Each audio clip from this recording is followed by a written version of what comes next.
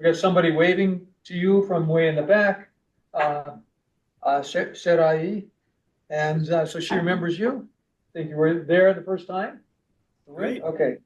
And so Aaron has been a tremendous supporter of the CySER program. They have summer internships there now at the Keyport. And so he's the Chief Technology Officer there and very supportive, as I said. So Aaron, go ahead and take it away. And I think we have an hour and we'll want to have some Q&A at the end. So maybe about 45, 50 minutes and then Q&A. Thank you for joining us. Well, thank you. And sorry I can't be there in person.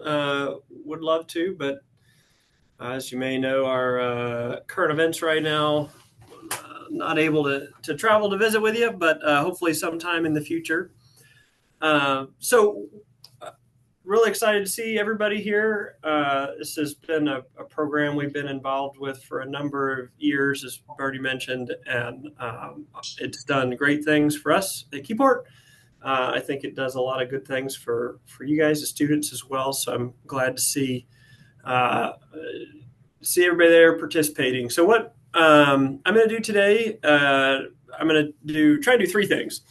Talk a little bit about what a civil servant in the Navy is and what we do. I'm going to talk a little bit about my background and career just as an example. So when I was in college like you and contemplating what I wanted to do when I graduated, I didn't understand that there were civilians that worked for the Navy or the Department of Defense. So share that just to give you a little background. And then I've got a few slides here that I'll run through that give you a little bit more specifics on Keyport and what we do. It's kind of our canned set of slides, but I'll try and bend that in the direction of what our scientists and engineers do and what we do on the cyber front as well. So as I'm going through, feel free to stop me along the way. I don't know, either Bernie or somebody can either just interrupt or whomever can interrupt, or if there's a hand raise feature or whatever, you can grab my attention that way. But either way, by all means, jump in if you have questions or want me to expound upon something, and I'll leave some time on the back end as well. So first, start out a little bit with what does a civil servant do in the Department of the Navy or in DoD writ large? As I mentioned, it was news to me that those types of roles and positions existed. So obviously we have a military, a Navy. It has folks in uniform that ride ships, submarines, fly planes, do all those things. And then I think most everybody's familiar with the fact that we have industry partners as well, the folks who build the planes and sell us the butter patties and all that kind of stuff. But there's some glue in between those two things, which are your government civil servants. And so in broad strokes, what our role is to do, there's two big categories. One of them, and generally all of them fall into, our tenure persists longer than, most military folks spend in their, in a particular position. So if you don't know, in the military, you tend to change over positions every 2 to 3 years. So in many cases, there's a civilian counterpart and then staff below that person that provide that continuity year over year or through the various changes of command, as we say. And those exist in a lot of the fleet facing commands, but also in places like acquisition.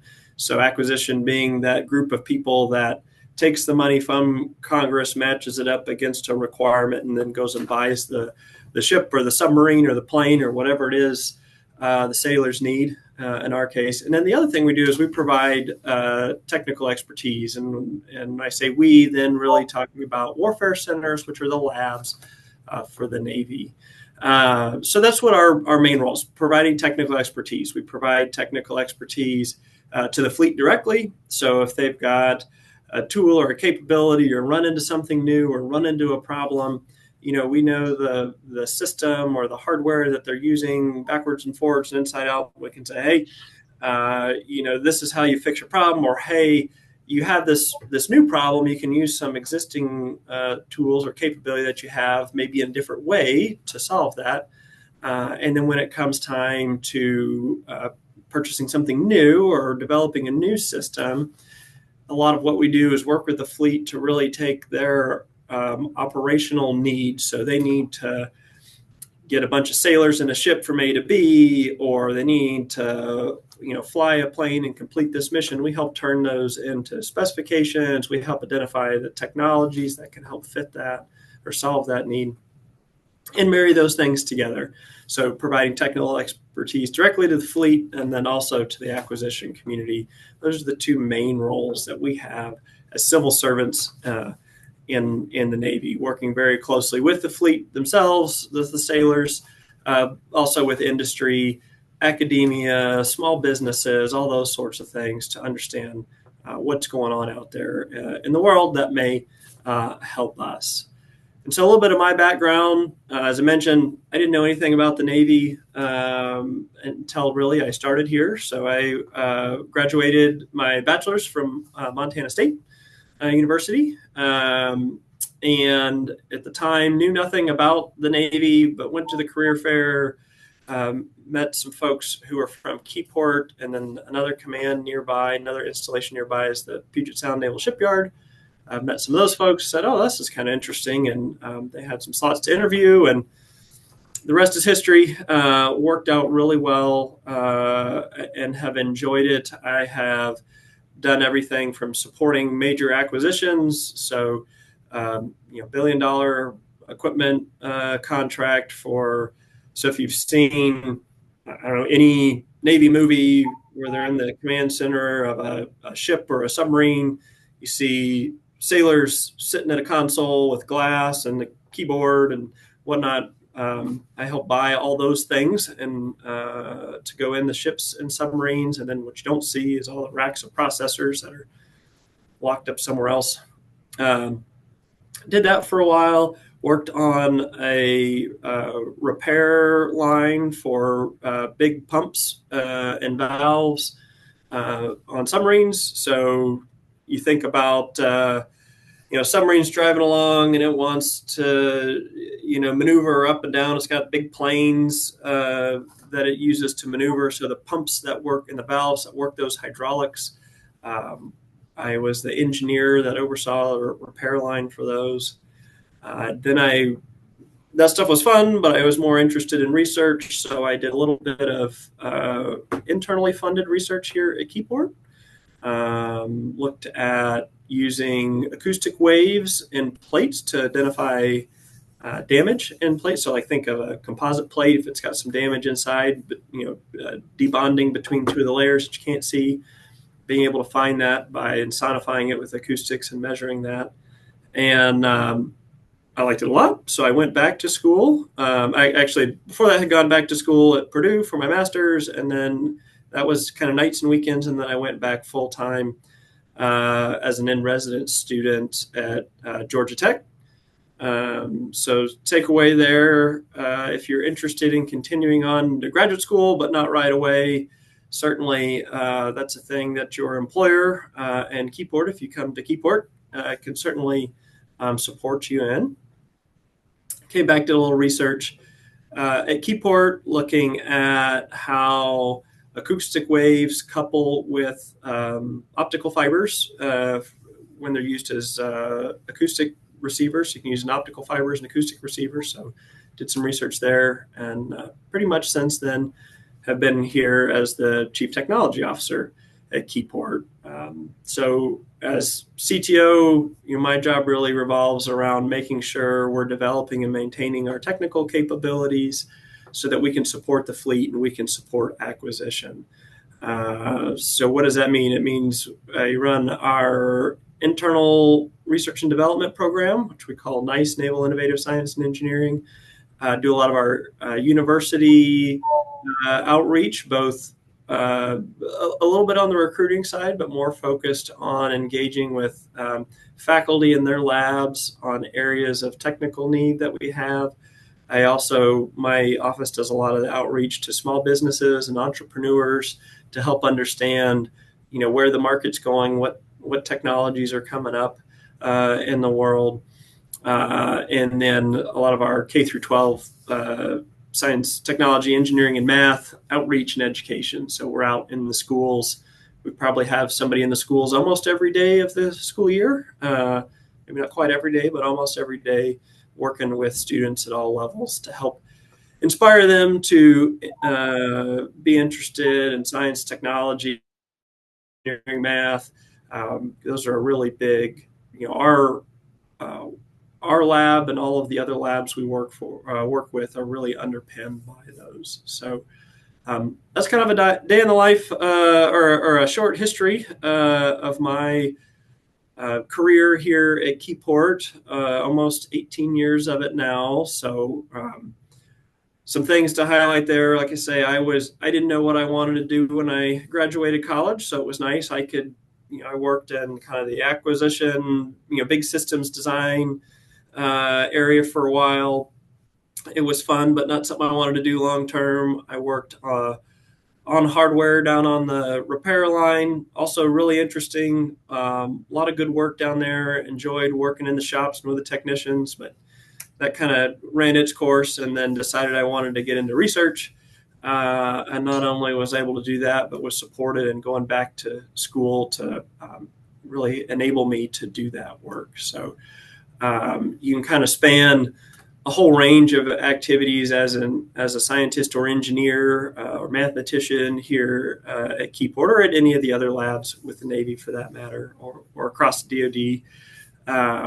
And so it has a lot of opportunity for you to explore a lot of different things and find what works for you, and continue to develop your education as well as you go.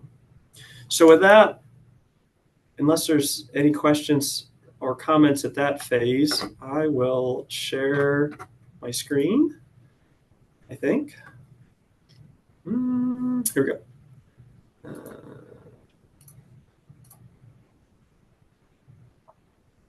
And I'll give you a little rundown of what Keyport is, and hopefully what I described about the civil servants in the labs in the Navy and my career line up and support what I'm going to talk about next here. So, as mentioned, we are the Naval Undersea Warfare Center Division. Keyport are the head of we have two heads of our organization, the uniform leader, our commanding officer, Captain Clint Hoskins. And his partner is our technical director, so they're a civilian, Mr. James Bleich. And between the two of them, like I said, they cover the uniform and civilian side of our leadership team. So Keyport was established back in 1914 as Pacific Coast Torpedo Station. So our legacy is very much in torpedoes. So for any history buffs out there, so prior to World War II, our job was mainly to produce the weapons needed for the Pacific Fleet, the torpedoes needed for the Pacific Fleet. We did that here on campus. We also did a fair amount of testing of those weapons. But then really through World War II, again, if you follow history at all or undersea history at all, our submarines were shooting torpedoes and they were bouncing off the hull of the ship they were trying to shoot and not exploding. And that's a very bad day for a submariner, because your best asset is your stealth and your surprise. Once you start bouncing your torpedoes off ships, they kind of know you're there, and you're at a deficit there. So the Navy really looked hard at what was going on and determined that we needed a much more rigorous testing and evaluation capability. So evaluating the capabilities of our weapons, and then testing that the hardware we were producing or our industry partners were producing and providing the fleet really did what they said they were going to do. And so that legacy carried with us all the way up through the end of the Cold War. So at the peak of the Cold War, we were running 3 shifts a day in the what I'll call the torpedo factory. And we'll touch on this a little bit more in a few slides, but we're running, like I say, 3 shifts a day. We're about 3,500 folks. We were shooting, 300 plus shots. So shooting a torpedo on range, collecting data about that torpedo. And then when the Cold War ended and we kind of rebalanced what we were doing within the Department of Defense, we shrunk down to about 1,000 folks. And not the most pain-free of transitions, but really in the long run worked out pretty well for us. We then grew from that into a number of different areas that make up the organization today, and we'll talk more about them. But first area we grew into was support for all the systems inside the submarine. So we don't make the submarine itself, but we make the submarine better. We work on the systems that are inside and outside. So you see in the graphic there some folks sitting at screens. As I mentioned before, we work on all those kinds of systems, the sonar systems, the combat systems, and then the sensors and arrays that are on the outside of the submarine. From there, we've since expanded into unmanned vehicles as well, and theater level control of undersea warfare. So, again, thinking about, in a carrier, you've got the command center with glass everywhere and the map with all the little dots and stuff moving around on it that they use to control the task group there. Those are systems that we develop here. And that really makes up what the organization is today. So we are still very heavily in torpedoes, but we're very much in sustaining and maintaining the systems on board the ships and submarines, as well as unmanned systems as well.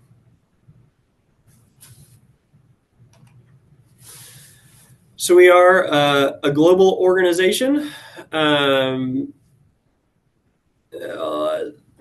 Probably can't see my cursor here, but so you can see Keyport there in the northwest corner of the country. That's where I am, and that's where most of our workforce is. Then what looks like at this scale, basically the same place, we have another facility across the street down on the waterfront where we work very closely with the fleet and sailors of the ballistic missile submarines. We also have a range in Canada that we cooperate with the Canadians. And then we have a number of other facilities around the country. The ones on the right, on the East Coast, are mainly focused on logistics and supply, so warehousing and things like that. But they also do quite a bit of work, really interesting work with data analytics. So they look at all the maintenance and sustainment data from fleet systems and try and get more information, more understanding about those systems, about how they're working by mining that data. Then bouncing back across Hawthorne, Nevada, if you ever want to know what the middle of nowhere looks like, that's a great place to go check out. It is a old ammo storage, ammo dump from World War II era. Provides us a lot of long-term storage, but we also do a fair amount of precious metal and rare earth reclamation there. So every year we turn in gold and silver to the Treasury with a number of other highly valued materials back into the Navy or to the federal government to use for different things. And then out in San Diego, we have a lot of folks that work with the fleet training primarily. So we help provide the fleet training systems as they're doing, fleet scale training. So think they're going to drive their submarine out in the ocean and practice hunting another submarine or taking a torpedo shot at another submarine. We have the systems that help them do that. In Hawaii, we do a lot of the same work with some of the ranges there, but we also do some additional torpedo production there, as well as having some different folks integrated with different fleet and what we call combatant command. Combatant command really meaning it's a joint command that directs the all services of the military, in this case for that geographic region, the Pacific region. And then we have some focus out in Guam and Japan that do a lot of fleet support as well. So as you can see, got folks all over the globe helping the fleet with what they need. And this slide just illustrates there are a number of different labs like us. There are 2 undersea warfare centers, ourselves on the West Coast, and then in Newport, Rhode Island is our sister lab.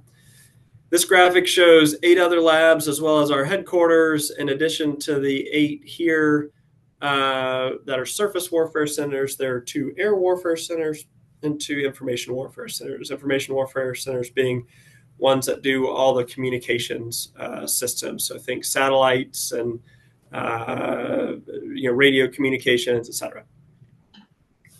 And we have a very good working relationship with them and work very closely and partner with one another quite a bit.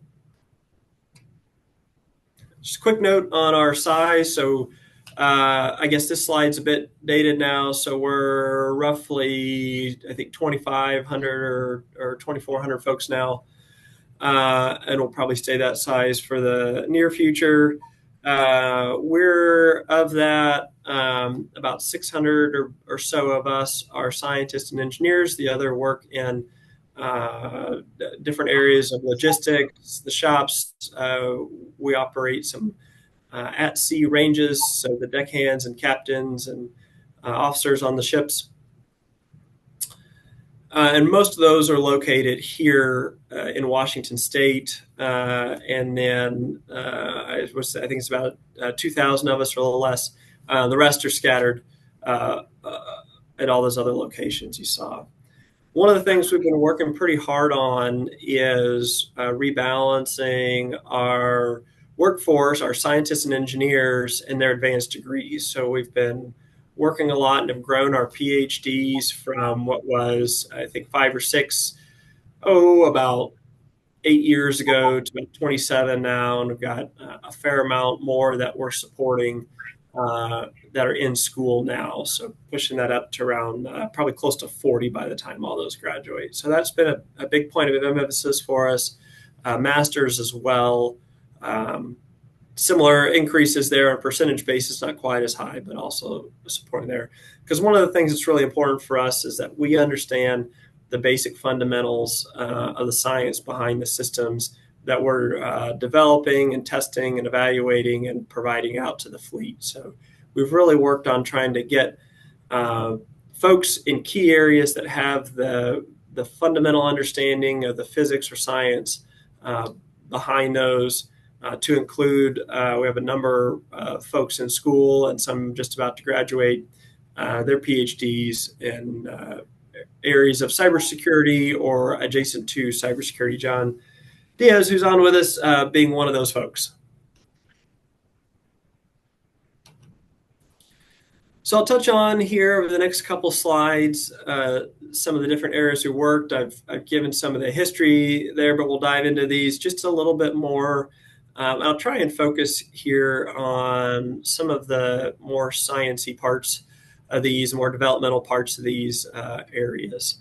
So, like I mentioned, our legacy is in torpedoes. One of the things that makes a torpedo different than a missile is the torpedo really is a vehicle. So, torpedo, its job is to get the warhead, which is the weapon, into the right place at the right time. To explode and do its mission.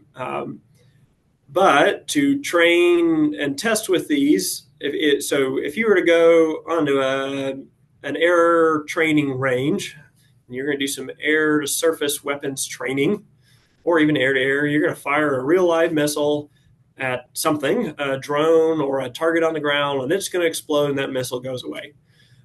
For a torpedo, we do a little bit differently. We actually take the warhead section out and we put in an instrumented section And then we can exercise that torpedo either in a developmental basis or for a fleet training basis, capture a whole bunch of a whole bunch of data internal to the vehicle, bring it back, offload the data, turn that weapon around in what we call the IMA, the intermediate maintenance activity, so we can go out and do it again. So torpedoes, to get the performance parameters we need, they're driven by a combustion engine. There's no oxygen, or not enough oxygen, anyways, under the water or in the water to run that like your car. So the torpedo, the propellant for the torpedo, or the fuel for the torpedo carries both its oxidizer and propellant mixed together. And so it takes quite a bit of work, actually, once that's done, to clean out all the residue and byproducts of that, turn around, get it ready to go again. So most of the activity we do here relative to weapons is turning those things around. And the other thing that's a little bit different than a missile is we don't buy a whole torpedo once. What we will reuse as much of that torpedo as we can when it's time to modernize it, and we'll just get new electronics components, sensors, whatever the thing is that we're modernizing, and then incorporate those in. So our IMA is not so much a torpedo factory as it makes new ones, but rather it maintains, cleans up, turns around torpedoes that have been used and introduces new capability at the appropriate times. One of the areas that we're spending a lot of time on right now is trying to really get take advantage of the years and years of data that we have to better predictively model the performance and the maintenance needs of those weapons and incorporate them into the planning of the IMA. So when a weapon comes in, we have a pretty good idea of what maintenance will need to be done before we take the weapon apart and start testing it. So I have a lot of really good work with our data scientists, partnering with our the technicians on the fleet or on the shop floor that see these things day in and day out, and the engineers that work on them and analyze the performance data and the maintenance and sustainment on them. So it's a really nice partnership we have going there between those three groups, doing a lot of really good work there. There's also a system that has a lot of foreign military sales cases, so we work closely with partners, foreign partners all around the world, Australia, Canada being some of the really big ones, have very good working relationships with them. All right. So test and evaluation, as I mentioned, this capability, was preceded World War II, but really came into its own during World War II and has continued to grow and become a really important part of what Keyport is. So when we say test and evaluation, we run the whole gamut from doing small piece part level testing in our land-based test facilities. So we need to do, so when you shoot a torpedo, we want it to work every single time. You don't get, having a do-over or having to reset it or recycle it or having it, go out of the torpedo tube and then not work is a pretty bad thing. So it's called single shot testing, meaning it's going to get shot once. It needs to work that first time every time. So we have a whole scheme of accelerated life testing and single shot testing, where we shake things, we heat them up, we expose them to sea salt, all sorts of different stressors to try and work any of those failures out before the system goes to the fleet. Then we run that all the way through in-water testing, to fleet training, right? So we test the capabilities, we test at the subsystem level on land, and then work it into full system test in the water.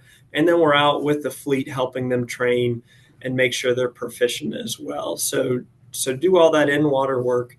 We have undersea tracking ranges, which you can't go out on Amazon and buy those. Those are all custom designed. If you're familiar with radio frequency propagation, it doesn't really work underwater. So we can't get GPS. We can't communicate with radios per se, with the systems we're testing underneath the water on our ranges. So we develop all that in-house. And so when we do that, we're looking at the hardware, we're looking at the software, and then we also like to link up our ranges with, say, other labs or the fleet or different things so we can do hybrid training. And so this is an area we really engage a lot of our cybersecurity folks to figure out how are we passing data, what are the networks that we would like to pass it on, how do we get the right level of connectivity and data sharing while also keeping our systems secure. So there's an amount of that that's what we'll call checklist cybersecurity. So going through and making sure you've got all of your operating systems updated and you've configured all your servers and systems properly. But then there's also a piece of it which is doing more of that case-specific evaluation, thinking through where your vulnerabilities are, how we're managing those while still making sure that we're providing the system capability that we need, that we're able to link our system in to others. So we've done some things where we've linked our range in with a fleet unit that's somewhere else so they can test a system in the water without having to come all the way to Keyport to do it. They can do that remotely. So things like that provide enormous value to the fleet, but we have to do the right things on our end to make sure we're keeping our system secure through that. Addition to that, if we're going to work with a fleet on their training, we need to have a system for them to fight against. So sometimes the fleet will provide two submarines, a red submarine and a blue submarine, to practice their engagement, submarine versus submarine engagements. Often that's not practical, so we'll provide a threat surrogate or a threat emulator for them. So we have a whole part of the organization that does that. And then, as I mentioned, live virtual constructive is a term of art you'll hear these days, at least within DoD circles, which means we're stitching together, real assets in the water, real sailors, making decisions or engaging with the systems, along with virtual things. So meaning a sailor might drive a model of a submarine in a system to something that's fully constructive, where you've got a computer agent that's guiding the behaviors of the systems. And this really lets us provide the fleet with a lot of training opportunities we can't do in real life because it's too expensive, or we can't go to the places we want to go, or it's a system that doesn't exist yet, right? So this, again, is an area where we work very closely with our developers, our network folks, our cybersecurity folks, to make sure that we're knitting together a system that does everything the fleet needs it to, but does it in a secure manner. And so in this group, have a whole division that's dedicated to advanced system security.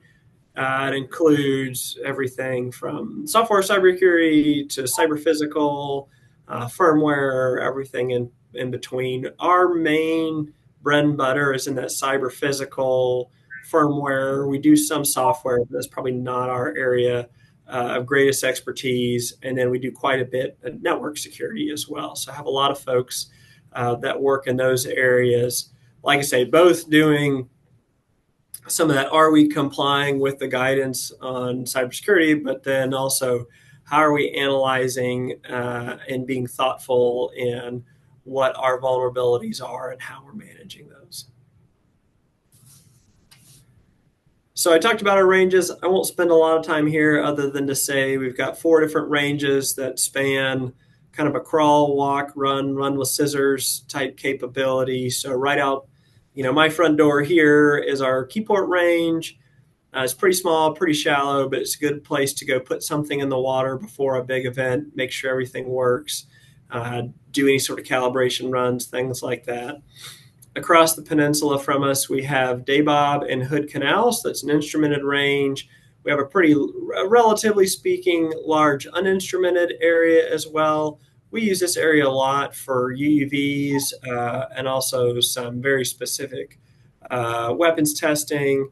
Like I say, it has a very capable tracked range, has a lot of acoustic collection capability, so we can do quite a bit there. That would be our walk phase. So if we crawled on the Keyport range, we'll walk there. In either case, at Keyport, if you lose something, it's pretty shallow. We can have one of the divers go down, pick it up, no big deal. On Daybob, it's still a pretty forgiving range. It's only about 600 feet deep. We can go send an ROV, remotely operated vehicle, down to pick something up there. Up in NUWC, that's our shared site with Canada. It's a much bigger area. We can really let our systems work up there, go through full run plans and things like that. They have a lot more area to work with. But if you lose something, it's probably not going to go too far, and we'll be able to go get it with one of our ROVs. And then finally, when we're ready to run with CySERs, you can go out to Quinault off the west coast of Washington State. That the graphic doesn't show this part quite right, but we got about a mile of beachhead, and then we can go all the way out to about 6,000 feet of water depth. So we can go out, run a system just like it would be run in the real world. But if we lose it or something goes wrong, it may or may not come back. So that's the run with CySERs. We'll talk. I talked a little bit about this or mentioned before. So one of the things as of late, we've really picked up steam on is unmanned vehicles. So we've been working in the unmanned vehicle space for almost 25 years now. Many will argue the torpedo was the first unmanned vehicle. So I guess that's 111 years, but in UUVs as we know them today, we've been working for about 25 years now.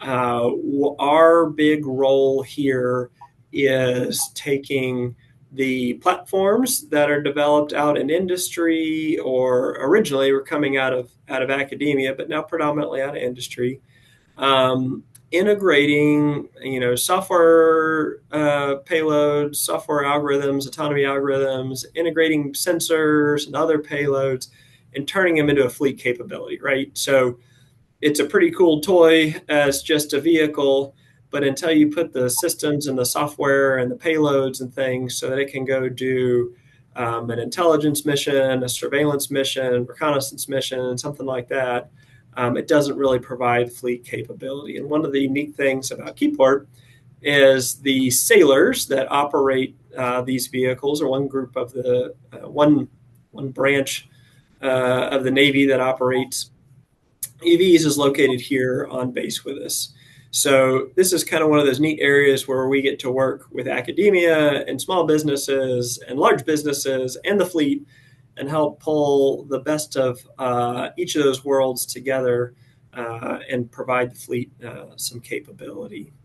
The other thing we do out of this group, and I think, oh, no, it doesn't. All right, is that theater anti-submarine warfare or undersea warfare command and control. So in that kind of picture in the top on the middle, you see a bunch of computer screens. We can conduct undersea warfare, UV operations, anti-submarine warfare, across whole hemispheres of the globe. And to do that, you need a command center that pulls together all that information of everything that's going on and distills that down to where a commanding officer can make decisions about how to employ his or her forces. And that's what we help do. We provide those systems that pool all that information together and distill it down to the actionable pieces that commanding officer needs. Like I say, that spans from command and control of UVs to command and control of, say, carrier strike groups. So, you see that picture of the carrier, or that video of the carrier going out with all the ships surrounding them, right? Providing that control across that group of ships and submarines there, or other task groups to go out and execute their mission.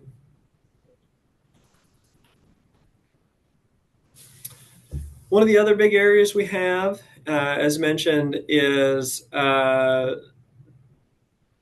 sustainment engineering. So again, we don't do the submarine itself. We work on the systems within them, particularly picking up kind of at the install onto the submarine is when we start to support them. Again, we have a group of cybersecurity folks who work very closely with the designers, developers, installers, and maintainers to make sure as we're putting these systems out there, they're secure. We work with the maintenance and the training for those. So we have a whole group here that just does training support. This group's moved really heavily into virtual reality and moving as well, we're not quite as far along just because it's a little harder to implement in some of our systems, but augmented reality, so virtual reality, it's just like putting on your Oculus Rift or whatever, and putting the headset on and being in a completely virtual environment. So we can train the system operators, we can train the maintainers on systems, we can get feedback from them before they're actually built and fully designed. So we can do what's called arrangement studies. So we can take that command center in the submarine of a new design and put all the stations where the sonar operator is, the navigator is, the fire control is, and let that control team work through different operations on the submarine and no, we want this over there instead of over here. And the designers will move that around. We'll implement that in the VR and they can try it again and really work these systems out before they ever exist. And this is an area too, one of the things that I mentioned we're growing into, but not quite as far down the road on, is the augmented reality. So you put on a set of glasses where you can still see the real world, but we can overlay on top of that supporting information. So if you're a technician and you're trying to work on something, you can get the directions on how to maintain or fix something right there presented in your field of view while you're working. We'd love to have it point to, the thing. It says, unscrew this bolt, and there's a little arrow there or whatever that highlights that bolt. That's an area where we've worked really heavily with our cybersecurity folks. Most of those things work on wireless technologies. Those things give us pause for good reason, depending on what systems we're working on. It's not feasible to tether your maintainer with a cable. That is impractical for them. So working out how do we provide that wireless capability in a way that meets the security needs of the system and the platform.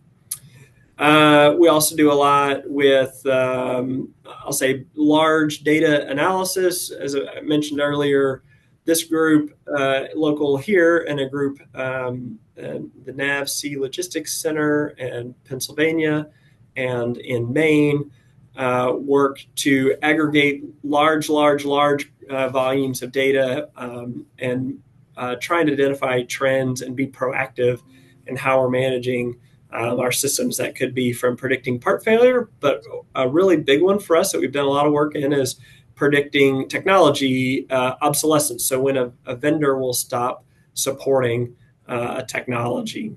So, we've pulled down the entire patent database from the USTP, or U.S. Trade and Patent Office, and been able to mine it to identify trends and technology development that give us some understanding. If you're familiar with technology development, there's an S-curve of technology. So the vertical axis representing adoption of a technology, and the horizontal axis representing time. A new technology comes out, it takes a while for it to kind of catch on, and then once it catches on, it quickly escalates until it saturates that market, at which point it plateaus. It's important to us to understand where we are in that, right? So if we're wanting to introduce a technology into a system that's at the getting towards the end of the life, that's not very good. One, it probably doesn't have the level of capability that we really want or would make use of, but also it's hard to support those things for any period of time. So there's a lot of really neat work that they've done in that group there. So I'm going to skip the slide on business innovation unless anybody has a burning interest there. We can come back in the Q&A section. But one of the neat things about being a lab is that we have a lot of authorities to engage with universities and nonprofits and small businesses and startups in ways that most of the Navy can't. So we do a lot of work with, I think, most of the participants in your group there, WSU, MSU, University of Idaho, I forget the full list there, but through what's called educational partnership agreements, as well as grants. And so we can work there with you on campus. We can host you here. We can have a very engaging, much more engaging relationship than, say, Office of Naval Research might, where they award the grant and write the check and send the money and give some guidance and maybe do an annual review or quarterly review with them. We can have a much more hands-on engagement with universities, with students as they're working on their research. It's certainly good for us. We get a better understanding and a better relationship with you, and it's easier for us to transition the fruits of your research into our world.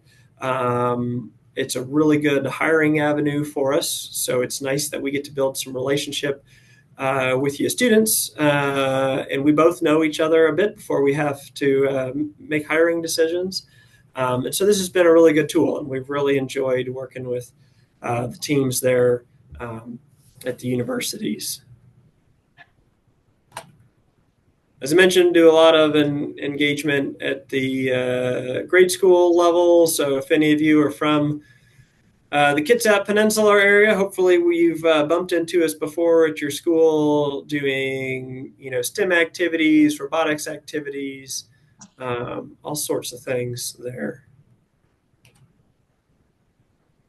I won't spend much time on this, but one of the things that we do out of my group here is that I'll say non-traditional engagement. So I've already talked a little bit about engaging with universities, but this is where the startups and non-traditional technology providers engagement comes in, local and state governments.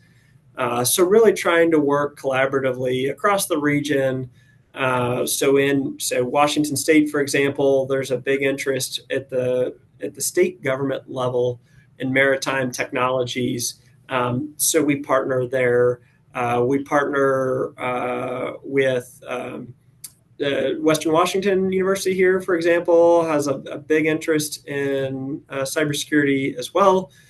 So working through some partnership with them, it really, these tools and these networks, I think can be a really good benefit both for ourselves as a lab, but also the students. So another area that we're growing into is students who are doing research in university. They may not want to come work for the government. Maybe they want to take the work that they did as a graduate student and continue to develop that into a commercial offering. This is an avenue we can stay engaged in those cases as well. All right. So I'll wrap up here. So as I mentioned, one of the things I think is really nice about federal civil service, Navy civil service in particular, we kind of run the gamut from research to engineering and development, all the way through sustaining systems that are out there, being hands-on with the fleet, out at the fleet locations. And I've really enjoyed that through my career. We really value our scientists and engineers and supporting them through their continued career development, to include going back to, complete advanced degree, getting into research if that's their interest, and doing that across a number of different areas. So we talked about torpedoes, we talked about sustaining our ships and submarines, subsea seabed warfare, in this case generally meaning our unmanned undersea platforms and the theater command and control systems, and then system security, right? So one of the main pillars for our organization here is making sure when we're turning stuff over to the fleet, it's safe and secure and allows them to do their mission. So with that, I'll conclude and open the floor to any questions y'all have. So thank you very much, Aaron. I know there's some questions, so yes. How do you guys use AI in designing your guys' torpedoes? Good question. So most of what we're doing, so I'm going to answer your question kind of two ways. So here at Keyport, most of what we're doing with AI is really looking at that data analysis or analyzing large pools of data to help us understand where we need to improve on maintenance issues, right? So how do we improve their operational time? And that extends into ships and submarines as well. We don't do a lot of the front end design on that. That's done some combination of industry and some of the other labs. So I can't speak directly to what they're doing, but one of the things that we do there is try and understand how we translate operational needs into technical capabilities, right? So if submarine A needs to go after submarine B with a torpedo, how do we work through what the technical, the technical specifications for that torpedo need to be, right? So we can use AI to help us in two ways there. It can be to be that red agent and that blue agent, so we can simulate kind of at the platform level those engagements. And then it can also be similar to before, taking big pools of data that we have on historical systems performance and helping use that to forecast how a new system would perform. Hey, in the back, Isaiah. I wanted to ask how many Envoy interns you guys usually take, and if you know how many there will be next year. How many Envoy? Is that the Viceroy? Yeah. Yeah. It's a great question. I want to say we have maybe 2 this year. I'm not sure offhand, although I can tell you, going on right at this moment, looking to see if we can grow that pool, whatever the number is, by a couple this summer. So I'm hoping that growth continues into next year as well. So 3, 4, something like that. In total, we probably bring on board about maybe 25 interns across a number of different programs to include Viceroy. So if that's something of interest, certainly reach out. Would love to chat and hear about what your interests are. Who do they reach out to you? To you directly? They can reach out to me directly. John, who's on the line as well, is another great resource. And then through the POCs at the Griffith Institute is also another good avenue. Definitely some interest here in what you're doing. Other questions? So I've got a question, since we've been interacting. What about vulnerabilities? It seems like with only 2 sites in the nation, are there backup, and you can't talk about them, but are there backup systems that we can rely on?